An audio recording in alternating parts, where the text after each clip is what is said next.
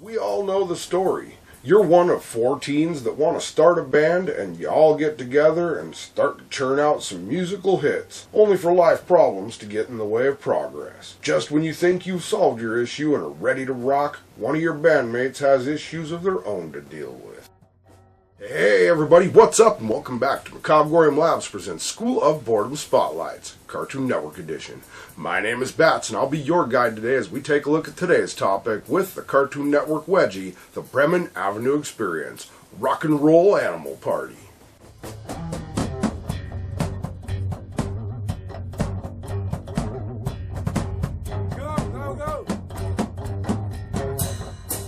Nearing the end of my spotlights on Wedgies, let's take a look at the Breman Avenue Experience, or BAE. Let's start by taking a look at what this show was all about. The BAE was about 4 teenagers that formed a band and want to rock out. There really isn't any more to it than that, except for the fact that the teenagers are a rooster, a dog, a cat, and a pig. These shorts did utilize an interesting color scheme and a unique art style that I actually really liked. However, before we get into the research I did, back when I posted my NACHO BEAR video, one commenter gave me some information about this one, so let's take a look at it now.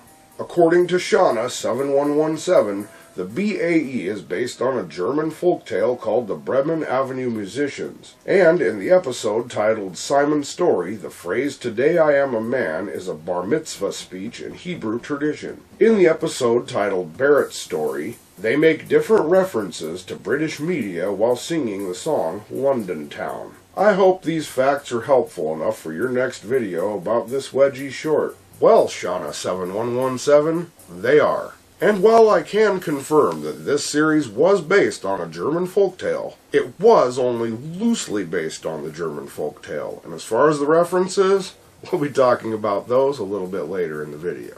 But now, let's take a look at the characters. First up, we have Simon. Simon is an orange teenage dog boy that acts as the lead guitarist and vocals for the band. Simon was voiced by none other than the legendary Carlos. I'm not going to try to pronounce this because I want to be respectful. Simon is very enthusiastic and always looking to push limits. Next up is Jessica.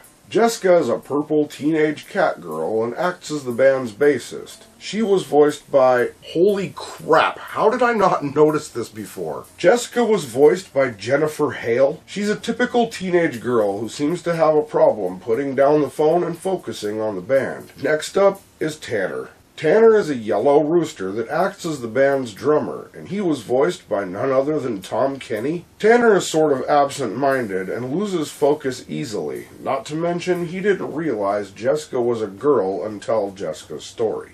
Jessica, you're a girl! Well, maybe. And finally, we have Barrett. Barrett is a blue pig that acts as the band's keyboardist and vocalist. He was voiced by... Wait, what? He was voiced by D. Bradley Baker. This show truly had an all-star cast. Wow, okay. Barrett is sort of whiny and somehow is the only member that takes the band seriously. Although his British accent leaves much to be desired. You'll see in a minute. With all these wacky characters, I'm sure this show had to be interesting. So now let's take a look at the episodes.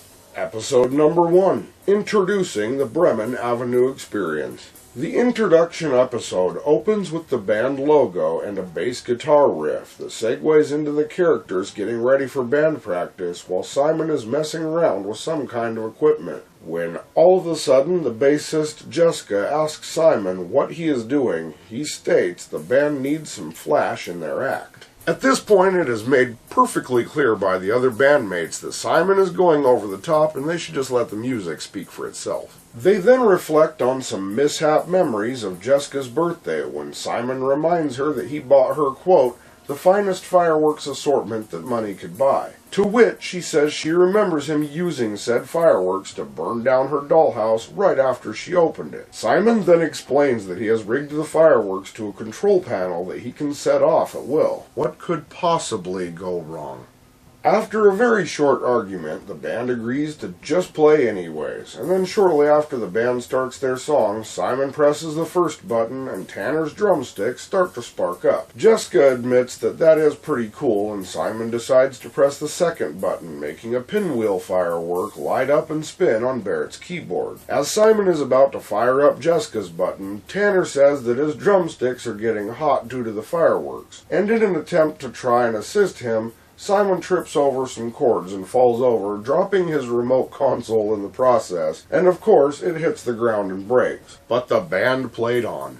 Suddenly, fireworks began rocketing all around the room, and Simon says he has the situation under control. But the band played on. Eventually, the fireworks cause a marlin on the wall to detach and swing into Barrett's, well, you see it. And after the smoke clears, we see the group lying on the floor and battered, as Simon states that aside from working out a few kinks, he feels good about it. And then the short ends with Barrett stating, "Never again." Episode 2, Simon's Story. This episode opens the same as the first, and then we see the band jamming out when Barrett interrupts the song, saying that they need to keep better rhythm. Simon and Jessica say they want to try new things, but Barrett wants to keep performing the same song until they find their sound, and they argue for a minute. It's about this time that Tanner, like most drummers, just starts wailing on the drums out of nowhere, and they stop him, and he randomly asks if anyone else was hungry. Having had enough of the distractions, Barrett says they need to get serious, and so they agree, and Tanner starts with a 3 count, and they all start playing out of sync. So again, Barrett stops the song, and again, like most drummers, Tanner just gets up and walks away. They ask what he's doing, and he says, "I thought we were taking a break." They get him back to the drums, and once again they start playing, and once again Barrett stops the session, and they all begin arguing again. The argument gets fairly heated, and they all feverishly jam, and somehow it works out. Simon tells Barrett that that was a well-played move, and the episode ends with Tanner asking if anyone has seen his sandwich, like most drummers. Episode 3, Jessica's Story. This episode opens the same as the first and second, and then we see the band jamming out when suddenly Jessica's cell phone starts ringing and interrupting their band practice. What happens next, I'm fairly sure, can only be understood by people that either are, were, or have been around a teenage girl, because it's this. No way. Seriously? I can't believe it. He totally deserved it. Are you calling him back? Who else did you call? Are you calling Angie? Call Angie and then call me back and tell me what she said, and if he calls back, don't take it and don't call him back. Okay, call me back.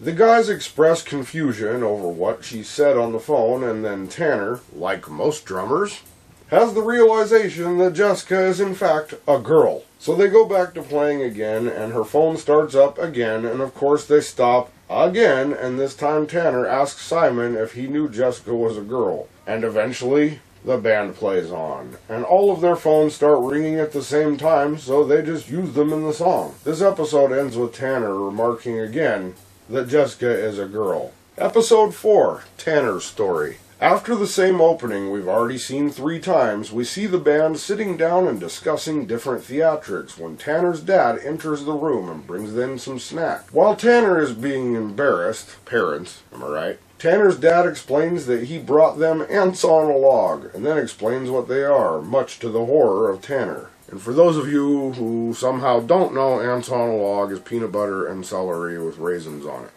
Look it up.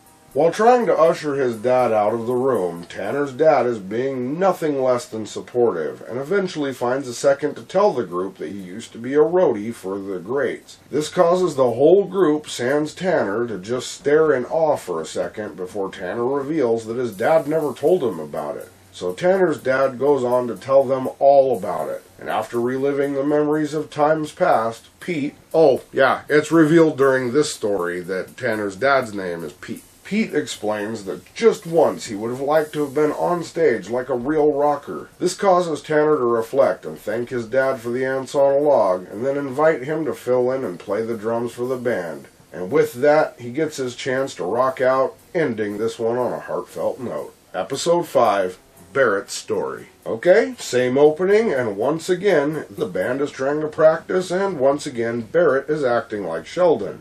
In that case, may I offer 27 little tweaks to make it slightly less embarrassing? They spend a few minutes arguing, and then they ask Barrett what the song he wants to play sounds like, and he starts playing some slow, ballady garbage and singing in the worst British accent I have ever heard. Thankfully, the band also agrees with me, and they call him out for his horrible accent. And he defends himself by saying that a lot of successful bands come from England, to which Tanner says, "The English guys don't sing with that accent." After they bicker, they decide to fuse all of their styles together, and we actually get to hear a full song from this series. And because, well, YouTube, unfortunately I can't play it here. But what I can do is post the link to it down in the description below. On that note, I will mention that this music video actually does have a ton of references. See, I told you Shauna7117, we'd get there. So, here's a few of those aforementioned references. You can see Doctor Who's TARDIS, and a Dalek, Harry Potter, Wallace and Gromit,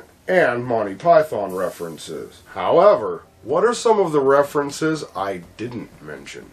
After the song stops, the episode ends with Tanner offering an irritated Barrett a crumpet as it closes. This series would run alongside 4 other Cartoon Network Wedgies and remains a fan favorite to this day. It followed the same air times as they did and stopped when they did. In fact, you can find all 5 of the Breman Avenue Experience shorts right here on YouTube, and I will link all 5 of them down in the description below. But here's my thoughts. With an all-star cast, a heartfelt history, and fun, pointless stories, this one was perfect for what it was.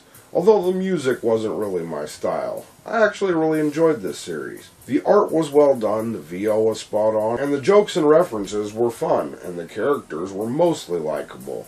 I can see why this one was still a fan favorite today. But now you know what I think. Of course, I've just gotta ask. Did you ever get a chance to watch the Breman Avenue Experience? If so, which is your favorite character or story? If not, what was your favorite Cartoon Network Wedgie or other cartoon? Have any comments or fun facts? Maybe I forgot something, or maybe you have a suggestion for a future video, or just want to drop in and say hi. Either way, head on down to my comment section because I look forward to hearing from you. And with that, unfortunately, we've come to the end of another Macabre Gorham Labs School of Boredom Cartoon Network Edition Spotlight. My name is Bats, and I hope you had a good time today as we took a look at the Cartoon Network Wedgie, the Breman Avenue Experience, Rock and Roll Animal Party. Be sure to check back next time because you never know what we have in store. And as usual, think for yourselves, be excellent to each other, and of course, keep it creepy. Life always gets you down. Seriously, you are embarrassing yourself.